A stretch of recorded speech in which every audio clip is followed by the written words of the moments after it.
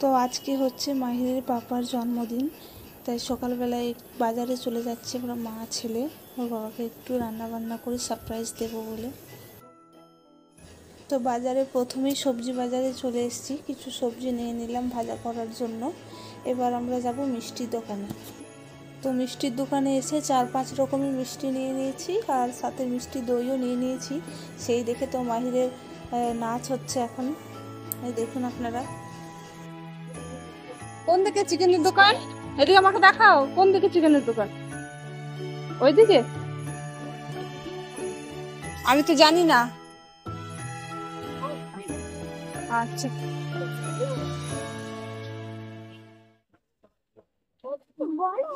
তো আমাদের বাজারে মোটামুটি সব নেওয়া হয়ে গেছে। ওই যে পাপার জন্য মিষ্টির দইয়ের ভাত নিয়ে এখন যাচ্ছি। ঘরের সামনে যে দোকানটা আছে সেই দোকানে যাবো, একটু মাজা নিয়ে। কিছু কি নিয়েছে? বাড়িতে চলে এসেছি। বাড়িতে আসার পর বারবারই খালি এক কথা বলে যাচ্ছে, পাপাকে কি খেতে দেবো, পাপাকে কি খেতে দেবো। তাই আমি বললাম যে রান্না তো আমি সবই করছি, পাপাকে তো খেতে দেবো। চিকেন আনলাম, সবজি আনলাম, মিষ্টি আনলাম, মাজা আনলাম, ওগুলোই খাবে।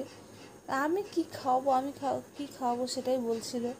তাই আমি বললাম যে তাহলে তো তুমি এখন লেখাপড়া করতে পারো, তাহলে আমি সব তোমাকে বলে দিচ্ছি, তুমি একটা খাতায় লেখো যে papa happy birthday I love you.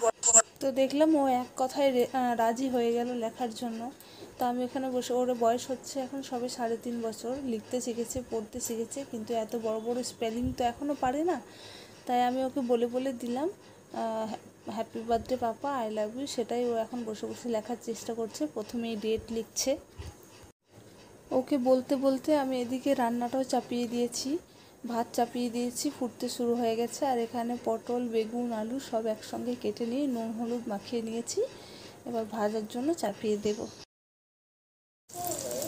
ফার্স্টে আলুগুলো ভেজে নিচ্ছি, তারপরে পটলটা ভাজবো, তারপর বেগুনটা ভাজবো।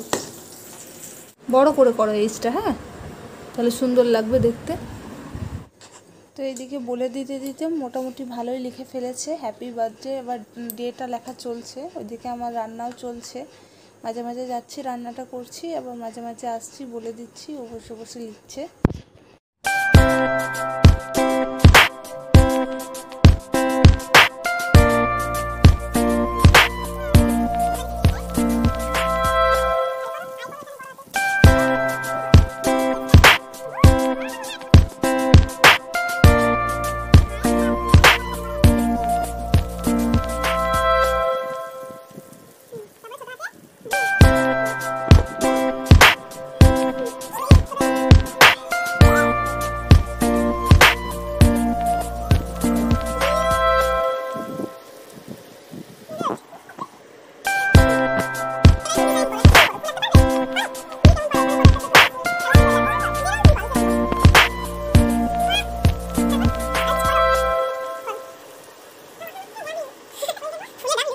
হয়ে গেছে, এখানে পটলটা ভাজা হচ্ছে।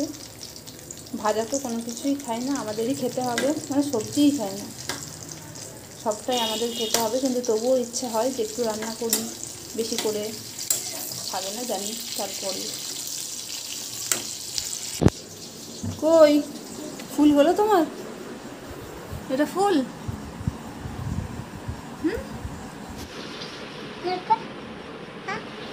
এবার নিচে ওর নাম লিখতে বলেছি, তাই নিচে ওর নাম লিখে দিয়েছে মাহির।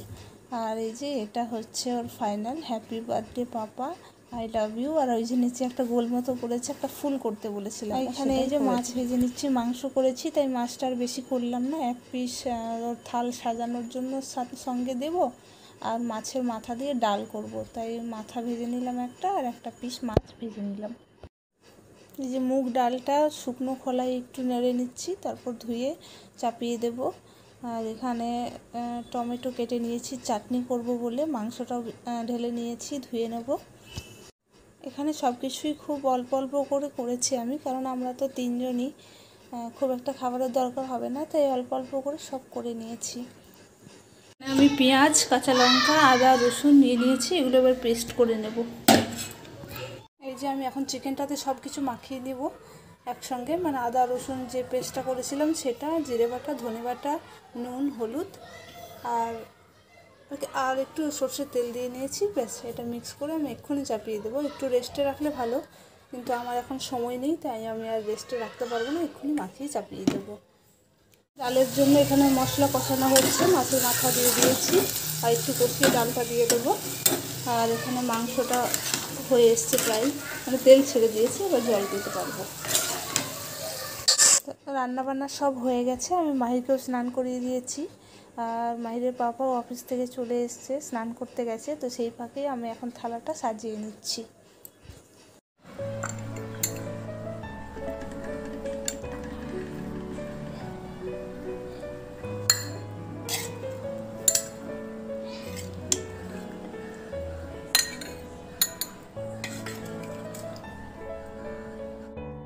তো আমি এখানে একটু গ্লাসে মাজা ঢেলে নিলাম, আর ফ্রিজে দই রাখা আছে, দইটা বের করে নিলাম, মিষ্টিও বের করে নিয়েছি।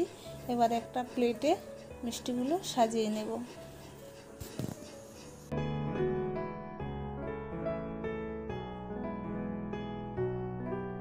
তো পুজোর জন্য যে শপিং করা হয়েছিল তার থেকে একটা নতুন গেঞ্জি বের করে দিলাম পরার জন্য। আর মাহির যে কাগজে সব লিখে রেখেছিল সেটা জামার পকেটে ভরে রেখেছে, ওটাই এখন বের করে ওর পাপাকে ও দেবে। এই যে হাতে ধরিয়ে দিয়েছে, এখন দেখছে খুলে কি লেখা তাতে।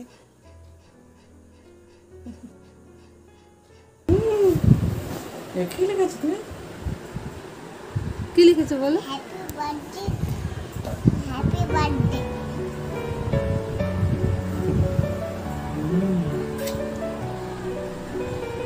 Thank you.